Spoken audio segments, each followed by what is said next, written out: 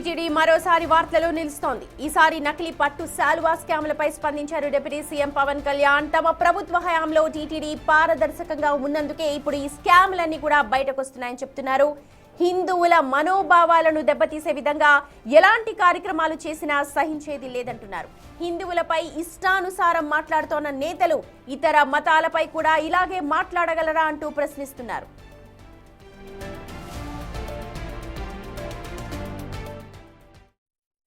I'm telling you, if you dig into each and every Devasthanam board, there's some kind of things will keep happening. Good, because all these are coming out because there is a very strong TTD board is there and NDA government is there.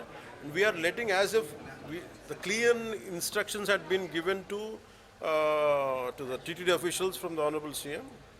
I think that's the reason all these things have come out. Before, they used to be there, we used to hear it by hearsay. Now we know that it is all true. So that is the advantage of, can he do the same thing? So I don't have any personal issue with him, but I would like to ask only one question. Does he dare to say the same thing about Islam? Does he dare to say the same thing about his own religion, Christianity? Why when it comes to Hindus, how could you say it just like that, at the snap of a finger? I think that is not right. Being who was a CM, who was CM for more than 5 years, I think he should not have said what he had said. Right, మా ప్రతినిధి Manikumar live లో join అవుతున్నారు. పవన్ కళ్యాణ్ వ్యాఖ్యలపై మనకు మరింత analysis అందిస్తారు. మణికుమార్, నకిలీ శాలువాల scam ఇప్పుడు బయటపడింది. ఇదంతా కూడా ప్రస్తుత ప్రభుత్వం పారదర్శకంగా ఉంది కాబట్టి గత ప్రభుత్వ హయాంలో జరిగిన బాగోతాలన్నీ కూడా ఒక్కొక్కటిగా వెలుగు చూస్తున్నాయి అని చెప్పి అంటూ ఉన్నారు పవన్ కళ్యాణ్. దీనికి సంబంధించి ఒకసారి ముందుగా మాట్లాడడం, దాని తర్వాత ఇతర మతాలకు సంబంధించి కూడా ఆయన చాలా ఘాటుగా మాట్లాడారు. అది మాట్లాడతాం.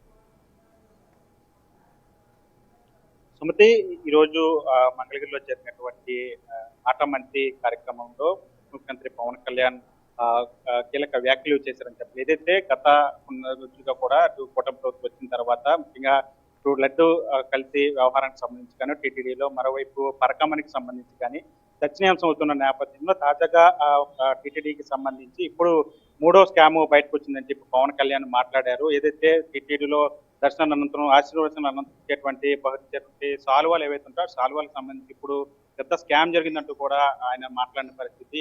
ఇప్పుడు గతంలో లడ్డు కల్తీ వ్యవహారం, తర్వాత పరకామణి వ్యవహారం. ఇప్పుడు అయితే మణికుమార్, ఎవరికి ఇచ్చారు ఈ టెండర్, ఎవరికి ఇచ్చారు ఈ కాంట్రాక్ట్, ఈ శాలువాలు అంటే అక్కడికి వచ్చిన అతిథులకి కప్పే శాలువాలు, మన దైవానికి సంబంధించిన శంకు చక్రాలతో ముద్రించబడిన శాలువాలు, ఎవరెవరికి ఇచ్చారు కాంట్రాక్ట్, ఎక్కడ నకిలీ జరిగింది, దీనికి సంబంధించి ఏమైనా వస్తుందా డీటెయిల్స్?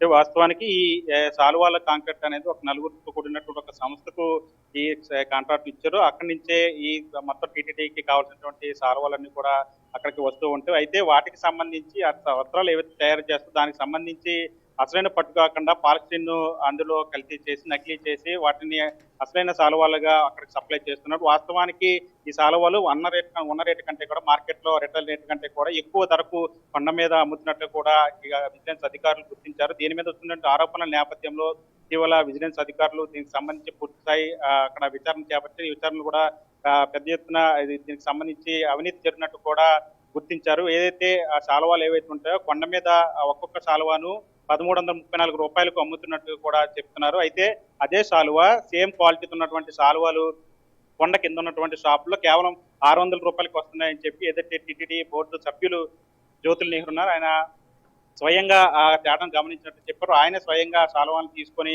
కిందకు వెళ్లి షాపుల దగ్గర చెక్ చేసినప్పుడు సేమ్ క్వాలిటీతో ఉన్నటువంటి శాలువాలు కేవలం 600లకు వస్తున్నాయని చెప్పి ఈ నేపథ్యంలో పెద్ద ఎత్తున దీనికి సంబంధించి గోల్మాల్ జరిగిందని చెప్పి ఆయన కూడా వ్యాఖ్యానించిన పరిస్థితి. ఇదే విషయం మీద ఈ రోజు ముఖ్యమంత్రి పవన్ కళ్యాణ్ కూడా మాట్లాడారు. ఏదైతే టీటీడీకి సంబంధించి అది కోట్లాది హిందూ భక్తుల మనోభావాలకి సంబంధించిన విషయం, టీటీడీకి సంబంధించి ఎవరైనా సరే ఎలాంటి వ్యాఖ్యలు చేసినా సహించేది లేదని చెప్పి ఆయన కూడా మాట్లాడారు. ఇప్పుడు ఏదైతే ఇప్పుడు జరిగినటువంటి స్కామ్ ఏదైతే ఉందో బయటకు వచ్చినటువంటి స్కామ్ గా చెప్పినటువంటి ఈ వస్త్రాలకు సంబంధించినటువంటి నకిలీ వ్యవహారానికి సంబంధించి కూడా ఆయన మాట్లాడారు. దీని మీద ఖచ్చితంగా విచారణ చేస్తాం, కేంద్ర దర్యాప్తు సంస్థలతో కూడా విచారణ చేసి అసలైన దోషులను పట్టుకుంటామని చెప్తున్నారు. మరోవైపు హిందుత్వానికి సంబంధించి హిందూ దేవాలయాలకు సంబంధించి ఎట్లాంటి వ్యాఖ్యలు చేస్తారు. ఎందుకంటే గత కొన్ని రోజుల క్రితం కూడా మాజీ ముఖ్యమంత్రి వైసీపీ అధినేత జగన్మోహన్ రెడ్డి ఈ పరకామణి విషయానికి సంబంధించి అదొక చిన్న విషయంగా కూడా ఆయన మాట్లాడిన పరిస్థితి.